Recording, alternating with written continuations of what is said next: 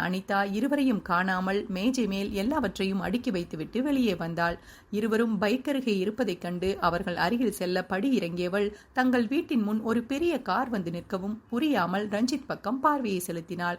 ரஞ்சித்தும் car சத்தம் கேட்டு திரும்ப ராகுலும் தன் பேச்சை நிறுத்திவிட்டு யார் என்று பார்க்க ரஞ்சித் ராகுலை கீழே இறக்கிவிட்டு கேட் அருகே சென்றான். ராகுல் ஓடி வந்து அனிதாவின் அருகில் தஞ்சம் புகுந்தான். அவனை தூக்கிக் கொண்டு ரஞ்சித்தை பின்தொடர்ந்தவள் காரிலிருந்து இறங்கியவனை கண்டதும் அவளின் கால்கள் தாமாக பிரேக் போட்டது. ரஞ்சித்துக்கும் காரிலிருந்து இறங்கியவனைக் கண்டு தன் கண்களை நம்ப முடியாமல் இன்ப அதிர்ச்சியில் சிலையாகி இருந்தான். ராகுலுக்கு ஒன்றும் புரியாமல் புதிதாக வந்தவனையே வைத்த கண் எடுக்காமல் பார்த்து கொண்டிருந்தான்.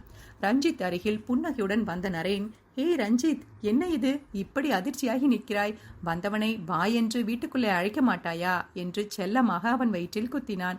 ரஞ்சித் தன்னை சுதாரித்து தன் சந்தோஷத்தை வெளிப்படுத்த தெரியாமல், "நரேன்"